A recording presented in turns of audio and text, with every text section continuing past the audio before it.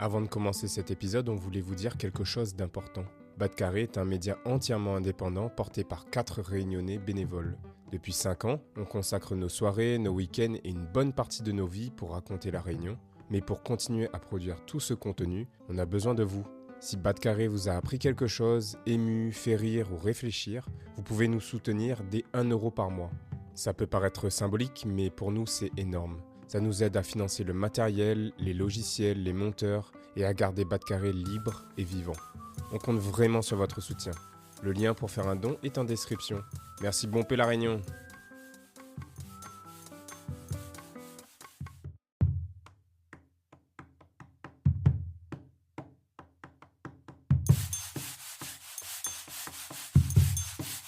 Cliquez. Salut Mathieu, Salut Fabienne. bienvenue dans Bas de Carré, le podcast qui ouvre le dialogue avec les Réunionnais du monde entier. Alors ici, on reçoit des sportifs, journalistes, chefs cuisiniers, chefs d'entreprise, artistes ou encore youtubeurs, parce que chaque Réunionnais a son histoire à raconter. Ensemble, allons Bas de Carré. Allons découvrir qui ils sont et comment ils font pour garder en eux la Réunion.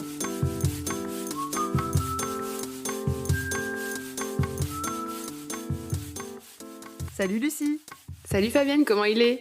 Léla même et ou même toujours à New York? Bah toujours, et justement aujourd'hui on va parler de quelqu'un qui, comme moi, venant de la Réunion, vit à New York. Ah bon, bah moi qui ne suis jamais allée à New York, étonnamment, j'ai hâte d'en savoir plus. Donc dis-nous vite Lucie, qui accueille-t-on aujourd'hui au micro de Bas de Carré? Aujourd'hui on reçoit Nati, elle est violoniste, compositrice et artiste réunionnaise basée à New York donc. Elle a joué avec Beyoncé, Jay-Z, Miley Cyrus et maintenant elle porte sa propre voix à travers sa musique qui mélange soul, world et électronique. Dans cet épisode, nous allons découvrir comment le violon classique peut devenir un pont entre les cultures et comment Nati crée des espaces de rencontre à travers le Creole Fest, un festival qui célèbre les cultures créoles des deux océans. Ça a l'air incroyable, j'ai vu passer ça et c'est à Brooklyn, non? Exact, c'est au café Erzuli. Et d'ailleurs, si j'ai bien compris, Nati cherche des artistes réunionnais prêts à faire le voyage pour participer à ce Creole Fest. Donc restez bien jusqu'à la fin de l'épisode et bonne écoute à toutes. Bonne écoute. Bonjour Nati et bienvenue dans Bas de Carré. Bonjour, merci pour l'accueil. Alors Nati, tu es violoniste, compositrice, performeuse. Ta musique, elle mélange soul, world music et électronique, avec cette particularité que tu construis ta musique en direct avec ton violon et un looper. On est vraiment ravis de t'accueillir aujourd'hui pour parler de ton parcours, de ton art et bien sûr du Creole Fest que tu as fondé. Donc merci beaucoup d'avoir accédé à notre invitation. Et avant qu'on rentre dans le vif du sujet, est-ce que tu veux te présenter par toi-même à nos auditeurs? Bien sûr, déjà, merci pour cette introduction assez complète déjà. Je suis réunionnaise, je suis Saint-Pauloise et ça fait maintenant 11 ans que j'habite à New York, à Brooklyn, que j'y mène, comme tu l'as dit, une carrière de musicienne, d'artiste et depuis quelques années de curatrice. Comment me présenter? Peut-être en quelques mots, je suis une grande rêveuse et je pense que c'est ce qui m'a portée jusqu'ici. Très passionnée et très, très fière de mes racines. Et donc, ça se sent dans ma musique et dans ce festival dont on va parler. Super, merci beaucoup pour cette présentation.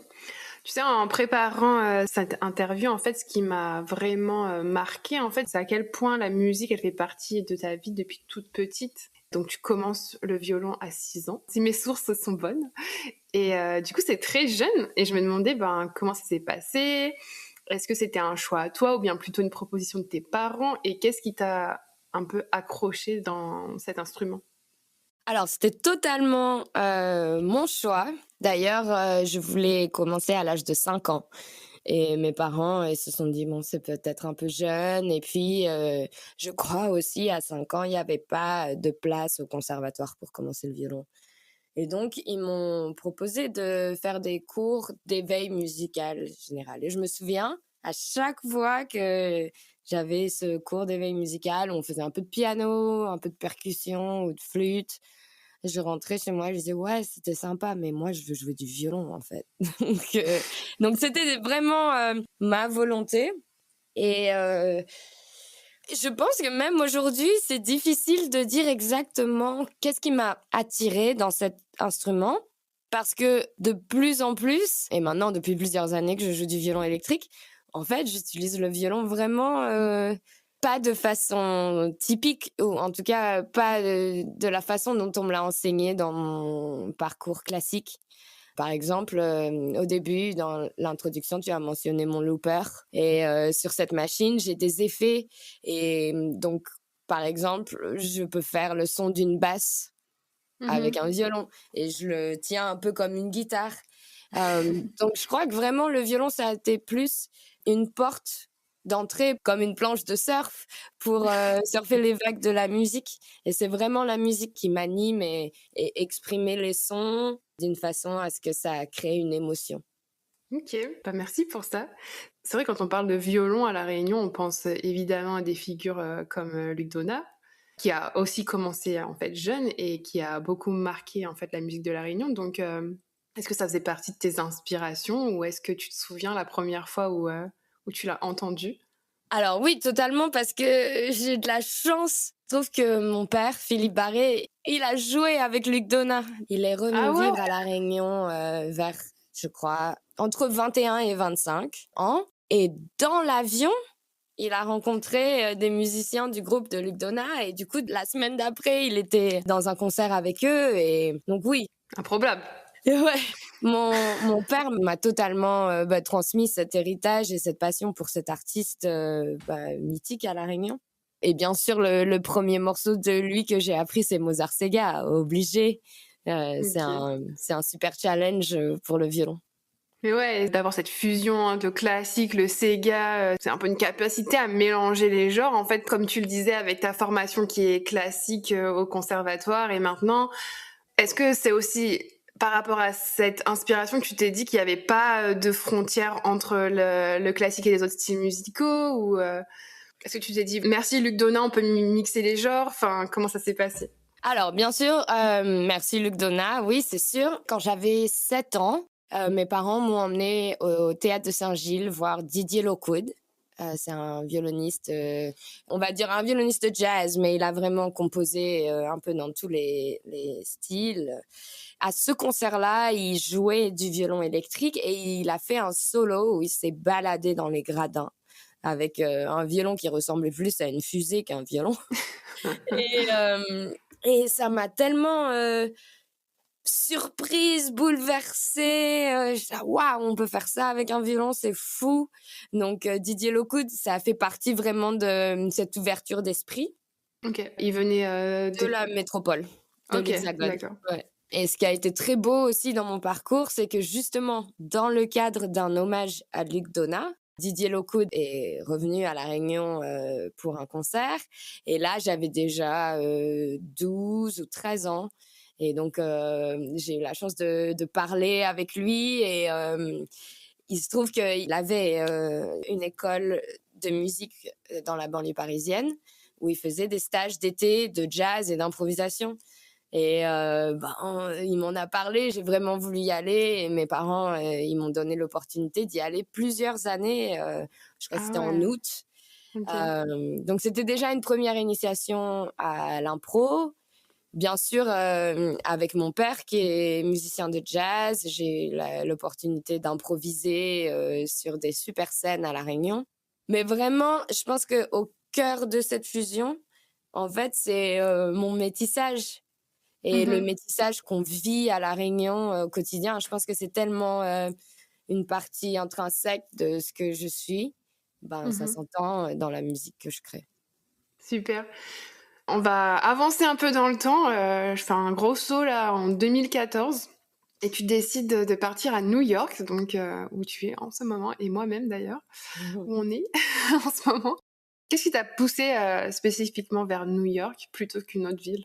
C'est la diversité, d'une part la diversité culturelle. J'étais à la recherche du melting pot. Et au niveau musical aussi, cette diversité, je savais que je voulais jouer du violon dans tous les contextes possibles. Moi, je voulais jouer de la musique indienne, du rock, de la pop, du hip-hop, du jazz. Donc, New York, ça paraissait assez idéal pour ça. Et alors, comment s'est passée ton arrivée? Est-ce que tu connaissais déjà du monde? Est-ce que tu as tout construit de zéro? Enfin, parle-nous un peu de ton arrivée. Alors quand je suis arrivée, non, je connaissais personne. Souvent les gens ici me demandent mais t'as de la famille. Maintenant oui, j'ai une famille de cœur, mais non, en 2014, personne. Je suis arrivée, j'étais étudiante dans une école ici qui s'appelle la New School. Et donc j'ai commencé d'abord d'une part à connecter avec les autres élèves à l'école et puis à faire des petits jobs dans l'école, soit au niveau de l'administration ou préparer les programmes pour les concerts, installer les chaises. Et à partir de là, on rencontre d'autres musiciens. Ils me disent « Ah on joue là-bas, on fait une répète là-bas ». Donc le réseau a commencé à grandir. Après, on sort des cours, on va au club de jazz d'à côté parce que, voilà, il y a un super groupe. Et là encore, on rencontre d'autres personnes. Donc, ça a vraiment été, oui, le fil conducteur, c'est la musique. Et d'ailleurs, 11 ans après, la majorité des personnes que je connais sont soit musiciens, musiciennes ou artistes dans le milieu artistique. Après, je suis quand même allée jusqu'au master. J'ai fait un master en Arts Management and Entrepreneurship. Et c'est durant ce master que j'ai vraiment mieux appris et compris comment le système, comment la société américaine est organisée. Et en particulier comment la culture et les arts et le social sont financés. D'accord. Grâce à ce master, j'ai découvert un peu plus d'autres avenues, toujours dans la musique, mais à travers l'enseignement et à travers la programmation, qui vraiment m'ont permis d'étendre mes possibilités d'artiste et d'exprimer ma vision et mes valeurs, pas uniquement à travers les sons, mais aussi à travers des expériences et à travers un échange. Oui, et finalement ton projet aussi entrepreneurial finalement, parce que tu es artiste et tu vis de ça. Je voulais rebondir tout à l'heure sur un truc que tu as dit par rapport au melting pot, les différents styles musicaux, le hip-hop, le jazz et tout. En fait, je me demande aussi comment en fait tu as navigué dans tous ces univers musicaux en fait, parce que j'imagine que tu en écoutais, mais de les vivre, qu'est-ce qui t'a le plus surprise ou transformée en fait dans l'exploration de ces différents styles tout à la fois, comme on peut l'imaginer un peu à New York où il y a tous ces mondes qui se rencontrent? Pour le hip-hop ou le R&B, la neo soul, c'était vraiment la musique de mon cœur. Et c'était vraiment la musique que j'écoutais à La Réunion un peu en solitaire. Des artistes comme Jill Scott, Erykah Badu, Lauryn Hill. C'était pas vraiment la musique que ni ma famille ou mes amis écoutaient. Et donc quand j'ai pu rentrer dans ces milieux où c'était complètement le langage des gens autour de moi, c'est un peu comme si j'avais trouvé une nouvelle famille aussi, parce que je me sens tellement connectée à cette musique que de pouvoir la jouer avec des gens pour qui c'est leur langue première. Ouais, c'était un peu comme waouh, ça y est, j'ai trouvé un nouveau chez moi. J'ai pas ressenti ça dans tous les styles. Okay. Enfin, je l'ai ressenti, mais c'était pas conscient. Par exemple, j'ai eu l'occasion d'accompagner des musiciens d'origine indienne plusieurs fois. Et bien que j'ai vraiment aucune connaissance théorique de la musique classique indienne, les musiciens me disaient ah, mais tu as une sensibilité un peu instinctive pour cette musique. Ça a été aussi une façon de grandir ma curiosité sur mes racines indiennes et cet héritage qui est très fort à La Réunion. Et puis après aussi, il y a des milieux où on se sent... où on se sent pas du tout bienvenu, on se sent pas du tout à sa place, et ça peut être paralysant, stressant. Moi, j'ai souvent ressenti ça dans le milieu de la musique classique, parce que ça peut avoir un côté un peu strict et perfectionniste. Enfin, en tout cas, en parlant de cette période d'exploration dans les différents styles musicaux, En fait, tu te retrouves rapidement à jouer et enregistrer avec des artistes de renommée internationale. Donc tu joues et tu enregistres donc, pour Beyoncé, Jay-Z, Miley Cyrus, Lala Hathaway. C'est un peu des noms énormes, donc on a envie de savoir comment ces opportunités elles sont arrivées. Est-ce que tu as auditionné? Est-ce que tu as été recommandée? Ouais, je pense vraiment c'est la magie de ma bonne étoile qui est très généreuse avec moi. Comme on dit, bon endroit, bon moment. Aussi, moi, je crois beaucoup en la manifestation. Et donc, quand je suis arrivée à New York, j'avais sur ma vision board, à l'époque, j'avais pas écrit Beyoncé, j'avais écrit Alicia Keys. Parce que Oh wow, ok. quand j'étais adolescente, un des éléments clés qui a fait que, ok, c'est la musique que je veux faire professionnellement, c'était vraiment la réalisation d'un rêve. J'avais ma vision board dans ma chambre et en haut, je voyais un peu comme un arbre à grimper et en haut de l'arbre, il y avait Alicia Keys. Et c'est vraiment le rêve de jouer pour Alicia Keys. C'est ce qui m'a porté jusqu'à faire une tournée mondiale avec Beyoncé et Jay-Z. Pour l'instant, j'ai pas encore eu l'opportunité de jouer avec Alicia Keys, mais Bon, Alicia Keys, si tu nous entends, Nati. elle peut jouer, elle connaît tous tes morceaux. Non, mais peut-être qu'il y a un Réunionnais qui nous écoute, qui connaît quelqu'un, tu vois, on sait jamais. Ah, c'est la Réunion, il y a toujours un Moon, il connaît un autre Moon, qui connaît un autre Moon. Surtout ça. si tu annonces ça sur Radio Freedom, là, les bons. Bon, et du coup, pour revenir à Beyoncé et Jay-Z, c'était dans quel contexte? Est-ce que tu as fait une tournée? Est-ce que c'était en studio? Un peu tout, mais la première fois, c'était un concert à Brooklyn, au Barclays Center. Ok. Donc, c'est une grande salle de spectacle à Brooklyn. Et Beyoncé a un peu décidé, un peu dernière minute, « Oh, mais j'aimerais bien ajouter des violons, une section cordes dans mon groupe. » Et donc, son directeur musical a dû rapidement trouver les musiciens. Et comme le concert avait lieu à New York, il a cherché des musiciens déjà sur New York. Okay. Et il m'a contacté sur Facebook, s'il te plaît. Oh, what? Il m'a contacté sur Facebook. Oui, est-ce que vous êtes disponible pour telle date? Je savais pas que c'était pour Beyoncé. Et je l'ai pas su jusqu'à ce que j'arrive au stade où il y avait les répétitions et que je signe un contrat de confidentialité. Ah ouais. Et seulement après, c'était confirmé que et c'était du coup, pour c'était elle. Quoi ta réaction quand tu t'es dit what the fuck? Mais j'avoue, j'étais déjà en mode what the fuck en y allant parce que avec une autre copine qui était dans la section à cordes, on disait c'est probablement pour Beyoncé parce que qui d'autre va te faire signer un contrat de confidentialité avant? Oui, parce qu'en plus tu savais qu'elle allait passer au concert. Oui. Mais il y avait beaucoup d'artistes cette soirée-là, tu vois. Il y avait justement Alicia Keys, il y avait Lauryn Hill, il y avait Minaj. C'était un festival un peu. D'accord. Et alors, du coup, c'est quoi le rythme quand on travaille? Enfin, là, pour le coup, on comprend que c'est un one-shot. Faut venir, prendre cliquer tes claques et débarque, quoi. Mais sur les autres contextes ou les autres situations pour lesquelles tu as bossé avec eux, c'est quoi le rythme quand tu travailles à ce niveau-là?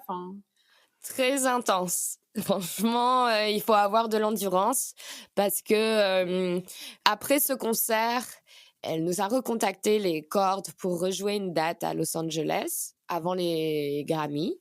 Et après, ça a été OK. Les cordes vont faire partie du concert pour Coachella. Ah, OK. Et là, c'était 6 mois de répétition, dont 4 mois entre 12 à 16 heures par jour. Ah ouais. Tu sais pas quand est-ce que tu as un jour de repos dans la semaine. C'était au point où, dans mon sommeil, je me réveillais et je faisais la choré parce qu'il fallait jouer ma partie de violon, mais aussi faire la chorégraphie. Et je me réveillais, j'étais là, Isley. Et je faisais les mouvements de la choré dans mon sommeil tellement c'était ancré, quoi. Ouais. Donc très très intense au niveau humain aussi, c'est pas évident parce qu'on se retrouve après la tournée, c'était un village qu'on était 300.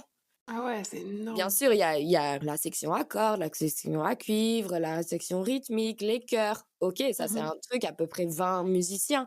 Mais après, il y a les danseurs. Après, il y a les vidéastes et les photographes. Après, il y a les costumiers, ceux qui font l'éclairage, les cuisiniers pour tout le monde. Enfin, c'est vraiment, c'est génial. c'est vraiment un grand village qui voyage ensemble à travers le monde et ça apprend beaucoup de choses sur soi-même, sur la relation aux autres. Et en plus, j'étais la seule réunionnaise, ça c'est sûr, mais un peu la seule étrangère, en tout cas dans les musiciens. Ah ouais, tu veux dire hors des États-Unis? Oui. Enfin, il y avait que des États-Uniens, si on pourrait dire ça comme ça. Ouais. Ok. Et du coup, tu parlais de Coachella. Donc, Coachella, c'est un festival qui est dans l'ouest de l'Amérique. Mais toi, tu vis à New York, donc tu as habité là-bas pour les 6 mois de préparation? C'est ça. À partir de, je crois, de janvier, le festival, je crois que c'est en avril. De janvier à avril, j'ai vécu à Los Angeles. C'était la classe. C'était un espèce de hôtel appart. Donc, tu as quand même une cuisine, un petit balcon et tout dans ta chambre. Mais c'était quand même l'hôtel. Genre, je me faisais livrer le petit-déj tous les jours. Ça, c'est vrai que c'était un step-up.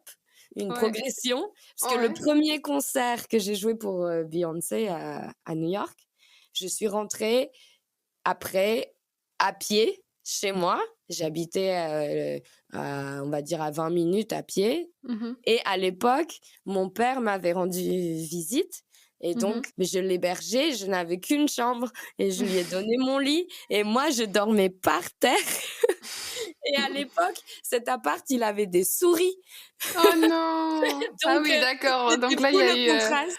Tu sais, t'es sur scène avec Beyoncé et genre 1 heure après, t'es par terre sur ton sol et tu te dis, j'espère les souris vont pas venir ce soir. Ce soir, elles viennent pas parce que j'étais au concert de Beyoncé, alors...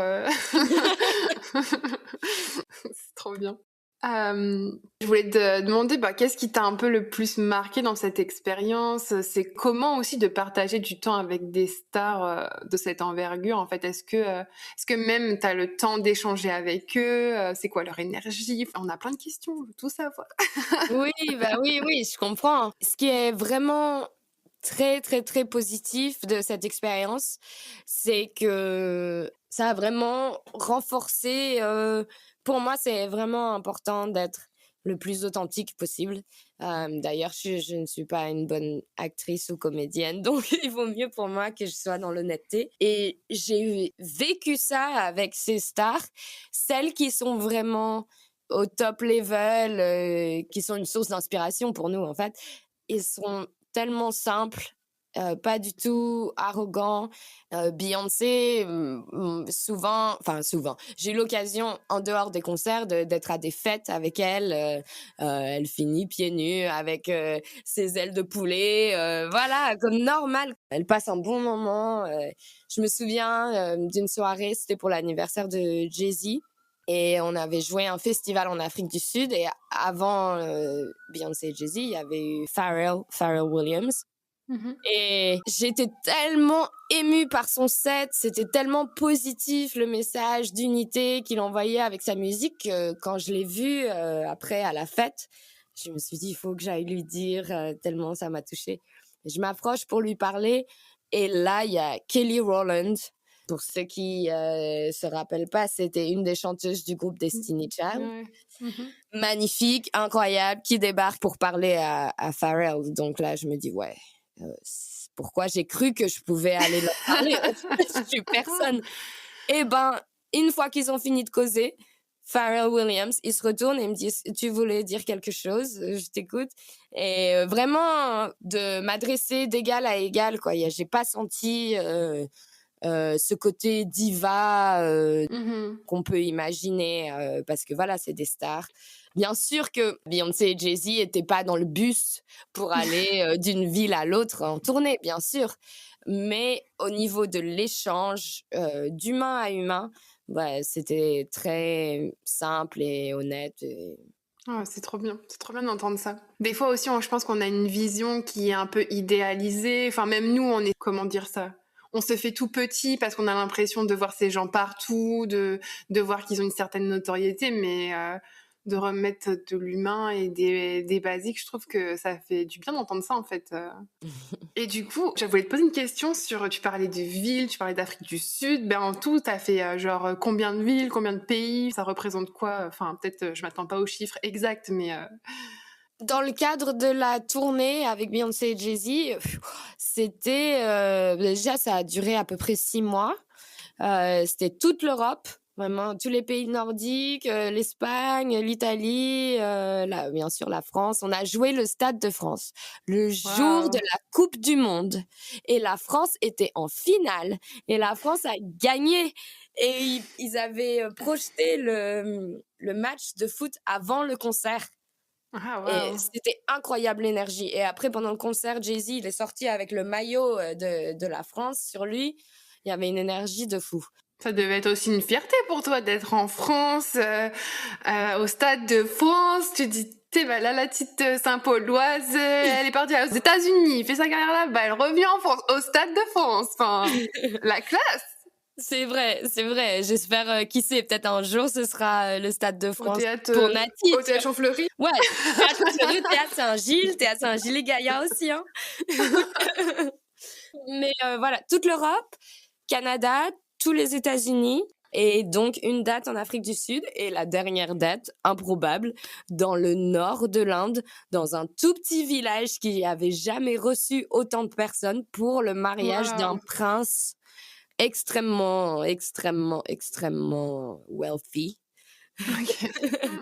Et un bon pied de riz. Voilà. Donc un bon petit tour du monde, hein, quand même. Ouais, c'est trop bien. Ouais, une grande chance. Ça fait rêver. Tu vas nous faire rêver. Enfin, moi, tu me fais déjà rêver. Ça y est.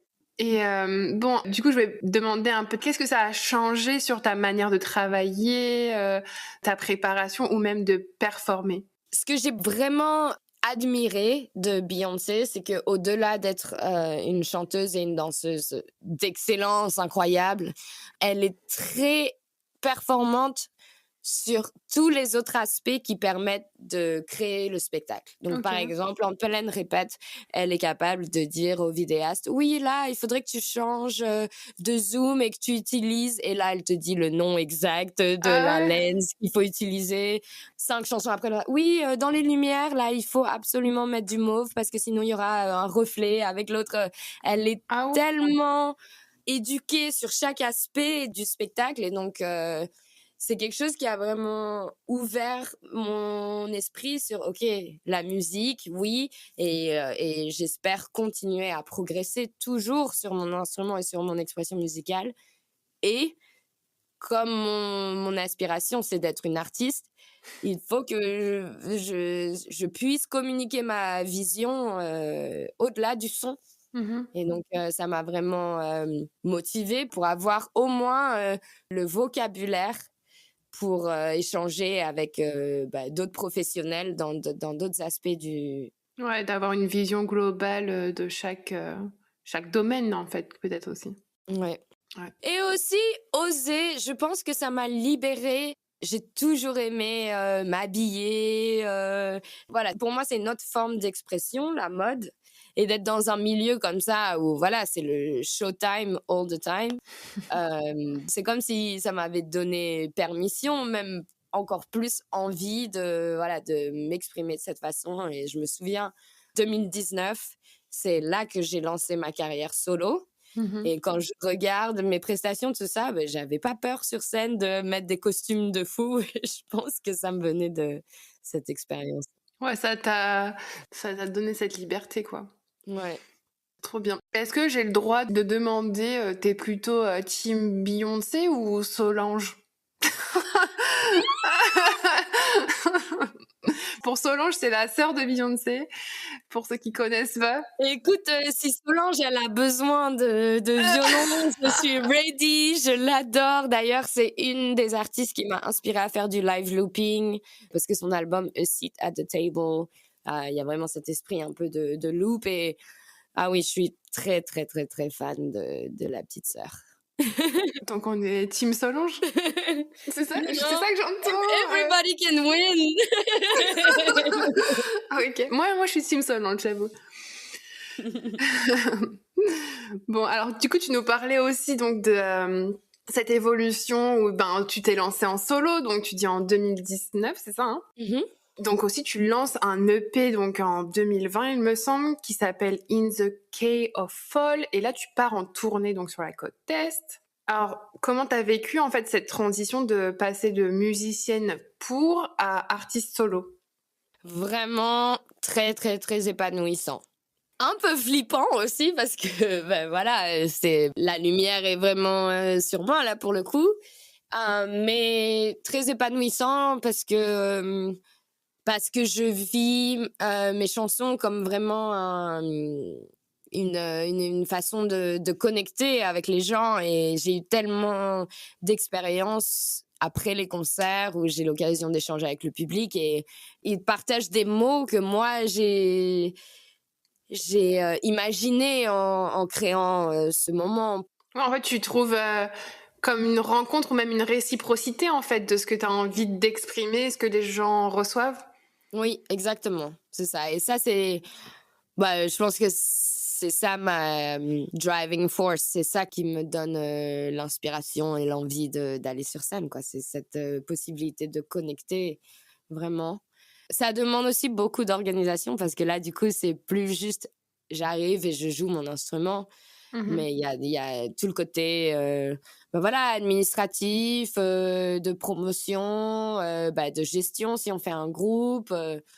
Donc, c'est plusieurs casquettes à gérer, mais ça me passionne et ça m'épanouit énormément. Et je sens que c'est aussi ce qui me permet de grandir en tant que musicienne. Ouais, j'allais justement te demander, est-ce que ça change ta relation à la musique quand tu portes ton propre projet? Oui et non. Oui, dans le sens où j'ai plus de responsabilités. Et donc même, par exemple, quand je mène un groupe pour jouer mes compos, je pense que même la façon dont j'approche, dont je partage le morceau, par exemple, moi j'aime beaucoup connecter les morceaux à une couleur. Pour mon concert de sortie de mon dernier EP, la setlist, j'ai fait une setlist pour chaque musicien et il y avait carrément pas juste de la couleur, mais des symboles, de la nature pour chaque chanson. Et je pense que cette façon de communiquer ma vision, ça affecte beaucoup comment on va l'interpréter. Donc, dans ce sens-là, oui, j'ai plus de responsabilités, donc de possibilités. Et aussi, quand j'accompagne un autre artiste, il y a toujours de toute façon cette envie de cultiver un son qui soit beau, qui soit chaud, qui enveloppe. Je pense qu'au cœur, de toute façon, il y a toujours cette passion pour le son et l'émotion. C'est un peu des petits espaces de rencontre et de célébration, ce dont on parle, finalement. Ouais. Et cette petite transition m'amène au projet. Donc, tu as fondé le Créole Fest. Donc, le Créole Fest, c'est une célébration artistique des cultures créoles à travers la musique, la danse, les arts visuels, la gastronomie, la mode. La liste pourrait s'allonger. Et donc là, cette année, c'est la 3e édition déjà de ce festival qui va se tenir en automne à New York. Comment est né ce projet? D'où est venue l'idée? Qu'est-ce qui t'a motivé à lancer ça? Alors, déjà, tu as dit ça va être la 3e édition cette année. Ça me donne des frissons parce que c'était vraiment... Ça passe vite? Ça passe vite et en même temps, j'ai l'impression que la première édition, ou même quand j'allais abandonner l'idée de faire la première édition, c'était hier. Et comment l'idée est venue? Ce festival, c'est vraiment une réponse à la question à laquelle je dois répondre le plus ici, qui est « Where are you from? D'où viens-tu? What's your ethnicity? Quel est ton métissage ?» En répondant à cette question, en disant je suis créole de La Réunion, mais déjà, La Réunion, ici, il faut souvent expliquer où c'est, et je le fais avec grand plaisir. Mais le mot créole, c'est un mot qu'ils connaissent déjà, mais pas forcément avec la même signification que nous, on l'emploie à La Réunion. Ok. Même, j'ai remarqué avec d'autres personnes d'origine créole, par exemple des Haïtiens, eux, ils n'emploient pas ce mot pour s'identifier, pour dire je suis créole, mais plus en référence à leur langue.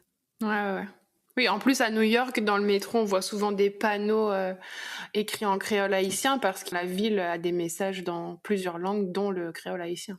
Oui, et donc en employant ce mot pour me décrire et en réalisant que pour les personnes en face, ça n'avait pas la même signification que la façon dont moi je l'employais, mais il fallait expliquer et je me suis dit, ok, au bout d'un moment, les mots c'est bien, mais ce qui est mieux encore, c'est les actions, c'est l'expérience. Et donc, Créole Fest, c'est vraiment une opportunité de se baigner dans ces différentes cultures créoles, de les vivre, de les manger, de les sentir, de les danser, de les parler. Et après, chacun peut choisir, ça veut dire quoi d'être créole, une fois qu'ils ont vécu le truc. Et en lançant cette idée et cette première édition, et en rassemblant les artistes pour le premier show, je me suis rendu compte que même entre créoles, il n'y avait pas toujours cette connaissance de nos histoires et cette possibilité de connecter et même de partager nos expressions, nos différents créoles. Là, pour la 3e édition, j'ai très envie de faire un bar avec les différents rhums arrangés de différents endroits, trop bien. les différents piments la pâte de différentes cultures créoles.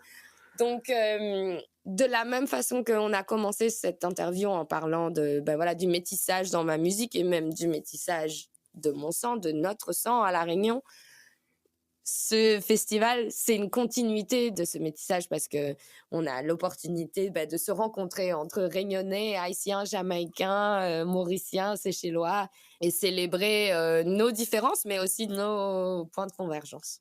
Trop bien, tu m'amènes à ma prochaine question. Parce qu'en fait, je voulais faire un petit récap en disant que tu fais rencontrer les créoles du pourtour de l'Atlantique, de l'océan Indien, enfin... Mais du coup, qu'est-ce que tu penses qu'un Mauricien et un Haïtien peuvent découvrir l'un de l'autre, ou une Réunionnaise et une Capverdienne, ou je sais pas, un Dominicain, et enfin...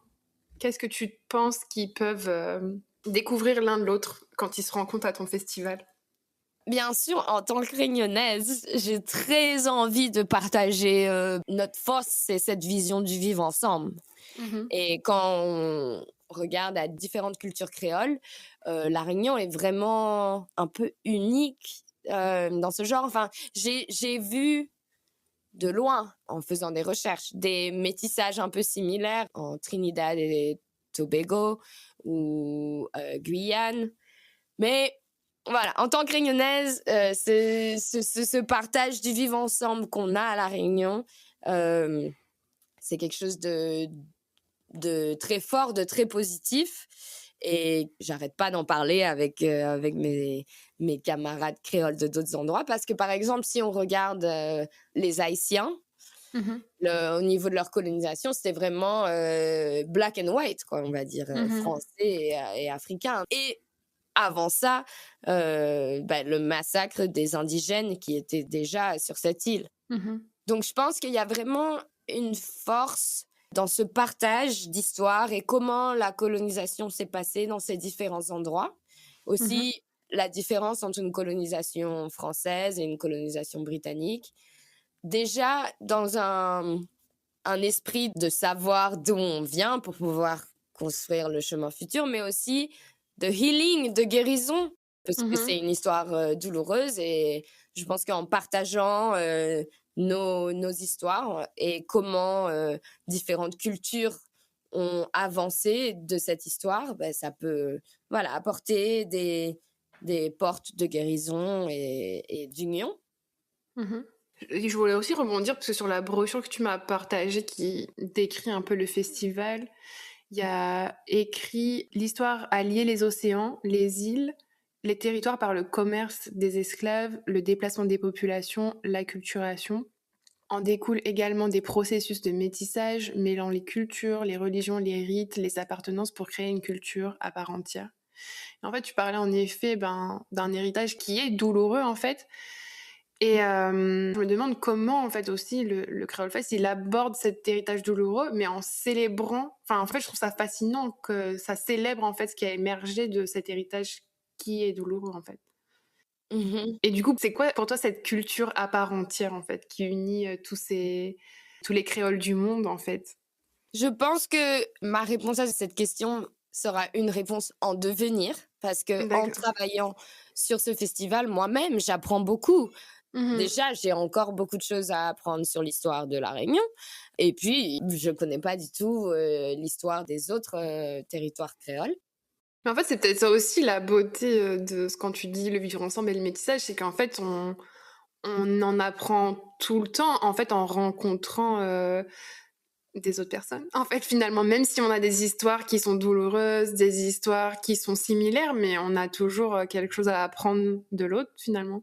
Comme tu Mmh. disais tout à l'heure, nous, on utilise le mot, créole pour s'identifier, mais eux, ils l'utilisent que pour leur langage. Enfin, du coup, c'est aussi cette fluidité, que le métissage amène, en fait. Oui, et moi, ce que je ressens en ce moment comme point un peu d'unité entre ces cultures, et d'ailleurs, ce sera le thème de Creole Fest cette année, c'est la connexion au sacré.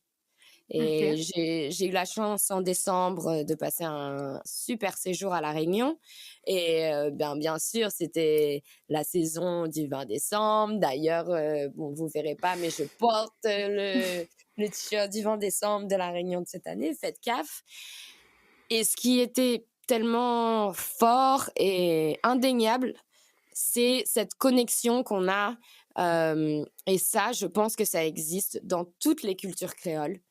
C'est la connexion qu'on a à la nature, aux Mmh. ancêtres et aux traditions. Et je pense que à travers cette célébration et cette rencontre des cultures créoles, on a l'opportunité de nourrir, de continuer ces pratiques qui nous rappellent de notre humanité et qui nous permettent de rester ancrés et de pouvoir avancer dans ce monde de fous, en fait.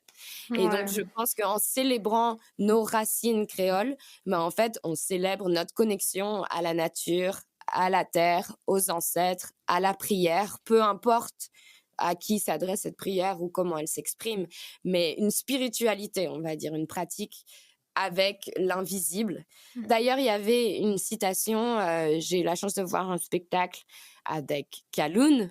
Je sais Qu'on a que interviewé. Ouais. voilà, elle a été invitée à Batcarré.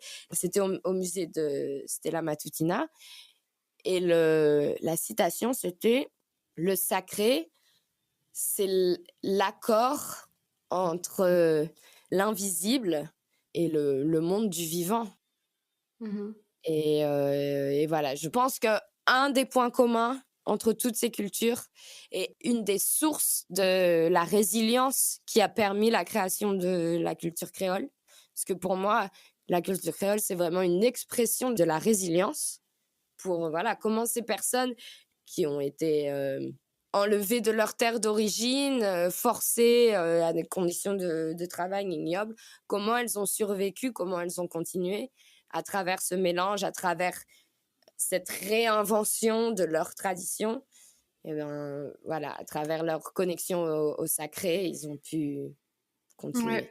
En fait, ça fait un rapport avec, tu as cité, Édouard Glissant aussi dans votre brochure où il dit, «La créolisation, ce n'est pas le métissage, c'est l'imprévisible. La créolisation, ce n'est pas une réalité, c'est du vivant» et en fait, là, on retourne au vivant, à l'humain, à la nature, et ce côté, voilà, de quelque chose aussi, c'est un peu imprévisible, mais c'est là, quoi. Enfin, je sais pas comment dire ça, c'est deep.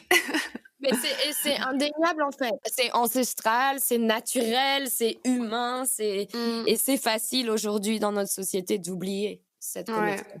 c'est vrai. Du coup, le fun fact, c'est que le festival, il a lieu en octobre et en fait, c'est le mois international de la créolité. Donc, c'était volontaire ou une belle coïncidence? Non, c'était totalement volontaire. En fait, je crois même que la première édition, je l'avais imaginé en septembre ou quelque chose comme ça. Et puis après, dans les négociations, ça n'avait pas marché. Et en continuant mes recherches, j'ai vu, octobre, c'est le mois international de la créolité.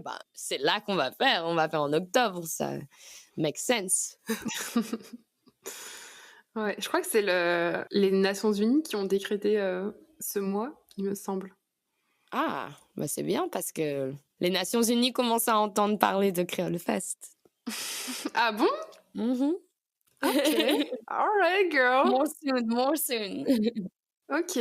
Alors, peut-être qu'on peut parler un petit peu de la programmation. Du coup, on a parlé du vivant, de l'esprit du festival. Donc, comment, en fait, tout ça, ça se traduit dans la programmation? Enfin, du coup, moi, j'ai été à 2 éditions déjà. Enfin, les 2 premières. Et l'année dernière, donc, il y avait à peu près 20 artistes créoles, donc de 8 nations différentes. Comme je disais tout à l'heure, il y avait de la musique live, de la danse, DJ set, poésie. Comment tu choisis les artistes et en fait, qu'est-ce que tu recherches en fait quand tu les sélectionnes? J'adore cette question parce que il y a vraiment différentes directions dans lesquelles je pourrais aller au niveau curatorial, ça se dit en français.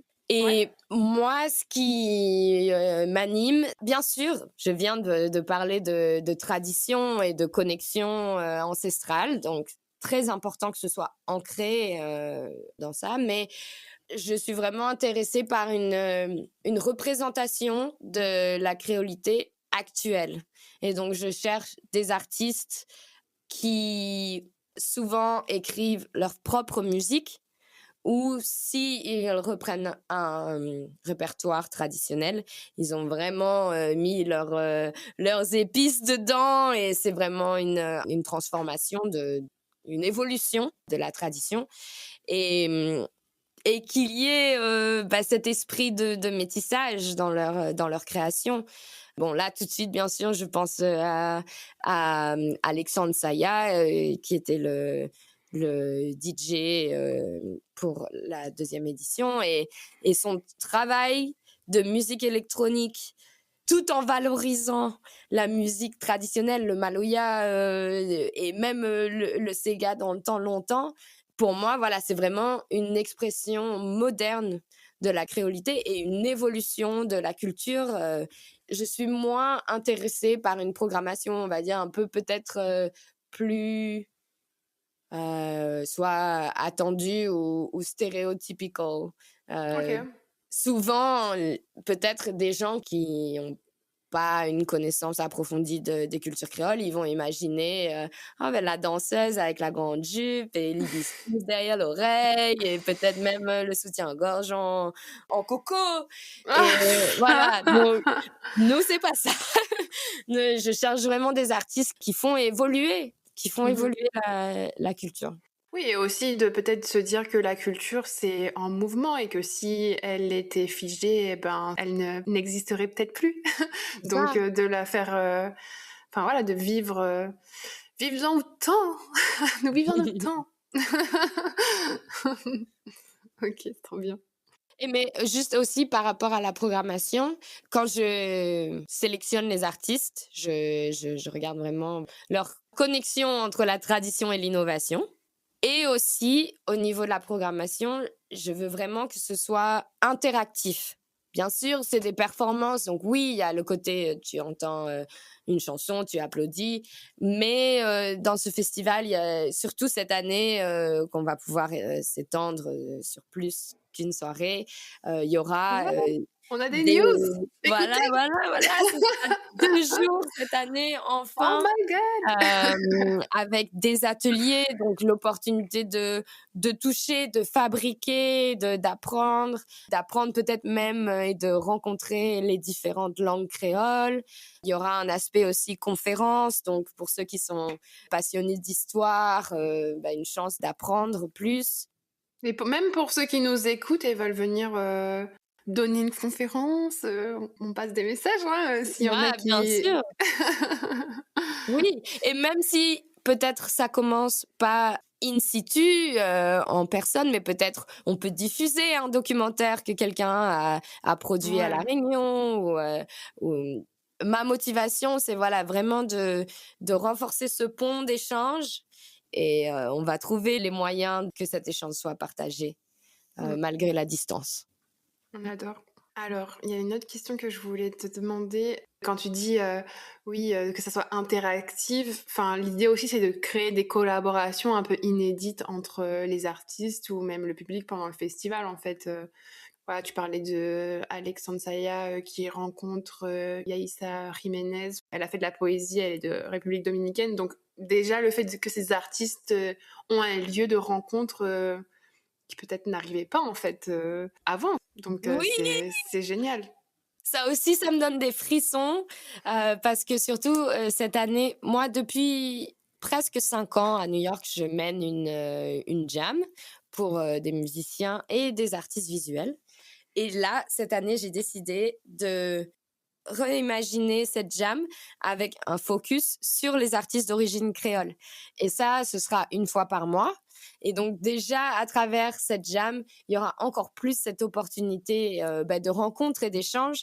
Et la vision au long terme pour le Creole Fest, c'est de donner des opportunités voilà, à un Réunionnais, à un Jamaïcain, de créer une pièce de théâtre, un documentaire, une chanson. Moi, déjà, au niveau de la musique, depuis 1 an, grâce au soutien de la Cité des Arts à La Réunion, je compose des morceaux avec des artistes réunionnais et des artistes d'ici, basés à New York.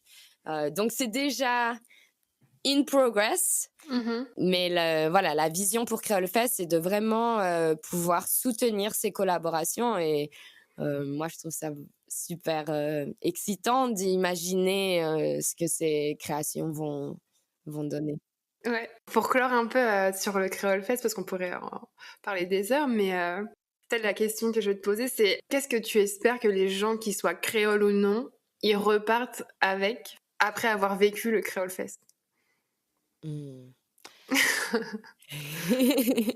Oui, j'espère qu'ils vont repartir avec un cœur étendu, élargi, où il y a moins de frontières et plus de place pour, voilà, pour cette mixité, pour ce métissage et de laisser un peu tomber certains labels et que les choses doivent être black or white. Non, peut-être elles peuvent être brown, purple, gray, in between et d'apprendre, voilà, de ressentir un petit peu plus de communication et d'échange entre les choses. Ouais, ça fait du bien de t'entendre parce que en étant à New York et aux États-Unis, enfin, on ressent beaucoup cette vision du black and white, donc des noirs et des blancs. Et je trouve que quand on vient de La Réunion, je trouve que c'est pas très représentatif de notre expérience de vie. Et en fait, ici, c'est très, il y a beaucoup de cases. On met des gens dans une case, on leur met une étiquette et t'es coincé là-dedans. Alors que je sais pas s'il y en a qui ont suivi le Super Bowl, mais de regarder Bad Bunny, de voir les dominos. Enfin là, on parle plus de couleurs. En fait, on parle vraiment de choses qu'on vit tous les jours, en fait. Et enfin, tous les jours ou chez notre mémé ou enfin, je sais pas, ou dans la famille, en fait. Et voilà, en fait, ici, c'est très catégorisé et d'avoir ces variations, d'avoir ces différentes influences, ben, ça fait du bien de l'entendre. Donc, merci, merci Nati. My pleasure. En parlant du coup de ce qui nourrit donc l'identité, la création, on peut peut-être revenir sur un EP que tu as sorti, il me semble, il y a quelques mois. Hein. C'est le EP Homme, donc qui explore le concept de chez soi. Donc, qu'est-ce qui t'a inspiré ce projet et pourquoi Homme? Alors, oui, c'est bien, toi, tu es peut-être une des rares personnes qui peut dire le titre en entier, c'est Home, A Place Within, au parfum d'ailleurs. Ok. Et en fait, à l'issue du Covid, j'ai pas pu retourner à La Réunion pendant presque 4 ans. Déjà, 4 ans pour moi, c'était long, mais ce qui a fait que ça paraisse encore plus long, c'est que je savais pas que ça allait être 4 ans. Je savais pas à quel moment j'allais pouvoir voilà, faire mon nouveau visa et puis gagner un peu d'argent aussi parce que le Covid, c'était rude financièrement. Et donc, pendant ces années où La Réunion et ma famille me manquaient énormément, j'ai aussi, ici, vraiment ancré des racines qui maintenant font que c'est aussi chez moi. Et j'ai souvent cette expérience où quand je suis ici à New York et je parle de La Réunion, je dis back home. Chez moi, mais quand je suis à La Réunion et que je parle de revenir à New York, je dis back home. Donc voilà, j'étais vraiment dans cette réflexion de se sentir chez soi. Et ces morceaux, à la base, ils étaient vraiment même plus un peu comme des méditations ou un peu des baumes de guérison pour moi, pour justement, tout à l'heure, on parlait on n'a pas besoin de juste mettre les choses dans les cases. Et donc, ces chansons, c'était un peu pour me donner la permission de, oui, j'ai le droit d'être nostalgique et triste par rapport à La Réunion, bien que j'ai le droit aussi d'être joyeuse et dans la gratitude pour les belles choses qui se mettent en place ici. Mhm. Et donc, ces morceaux, c'est vraiment cette réconciliation de conflicting feelings, d'émotions contraires, on va dire. Ouais, mais je trouve que ça va même au-delà, en fait, du lieu physique, finalement.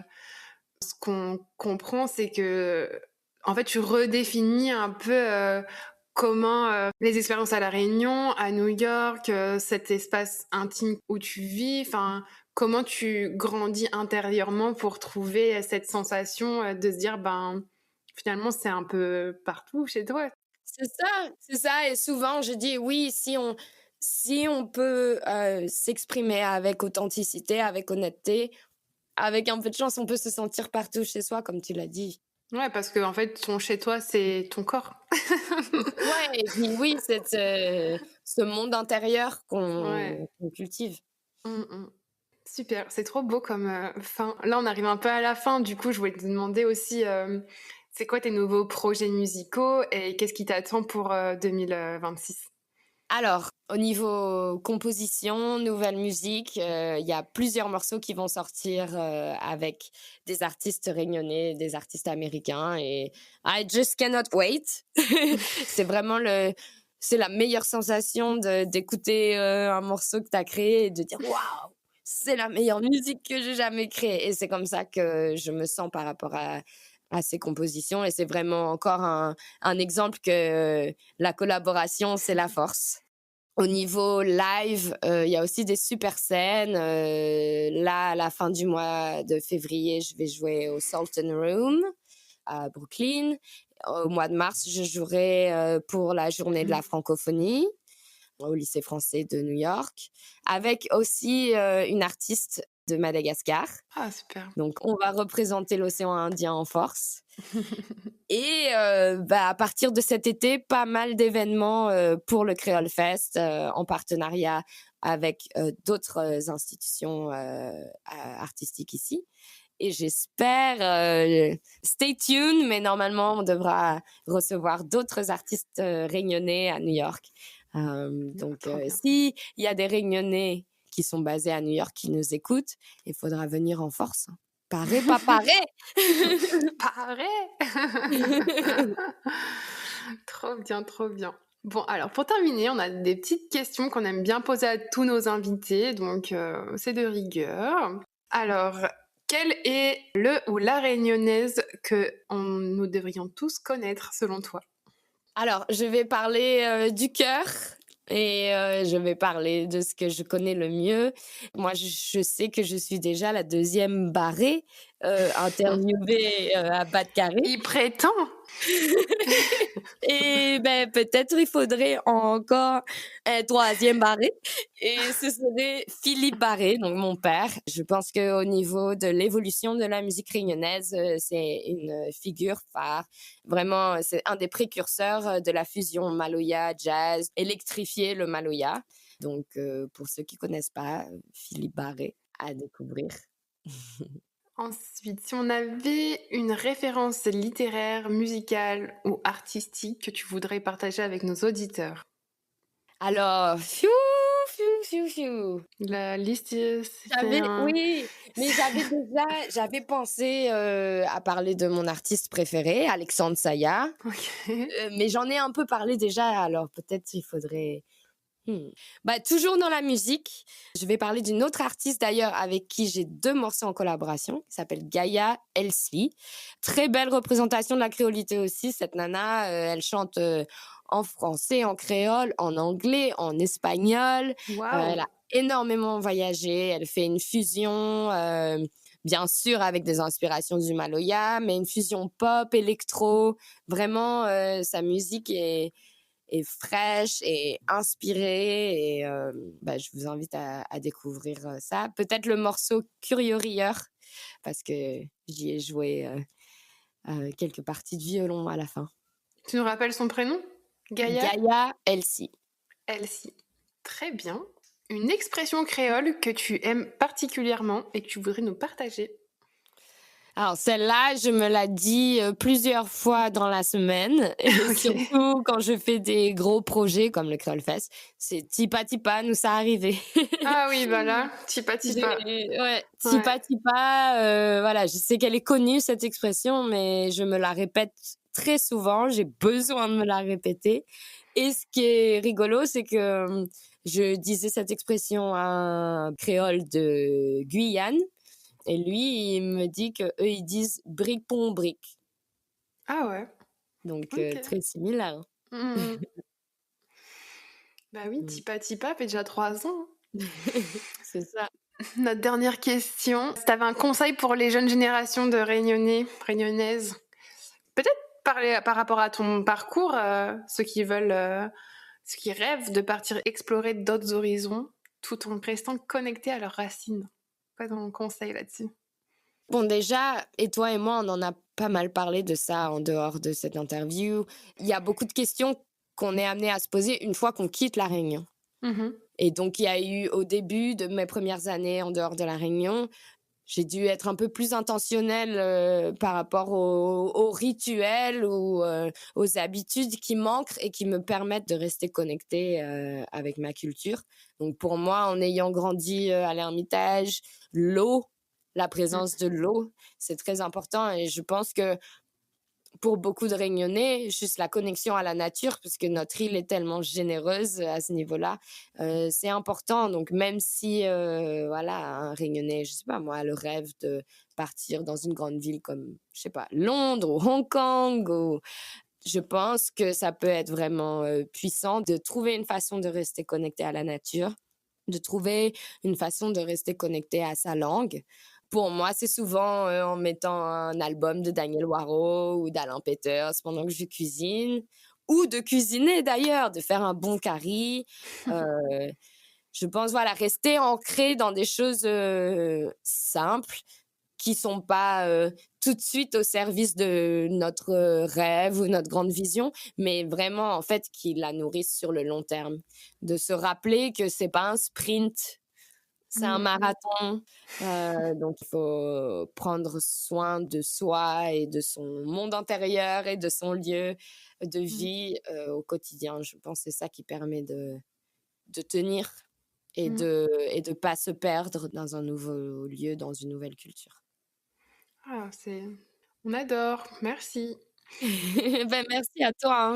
Merci Nati d'avoir partagé ton parcours, ta vision, ton énergie avec nous. On est vraiment impatients de voir ce que l'avenir te réserve et surtout de vivre Créole Fest.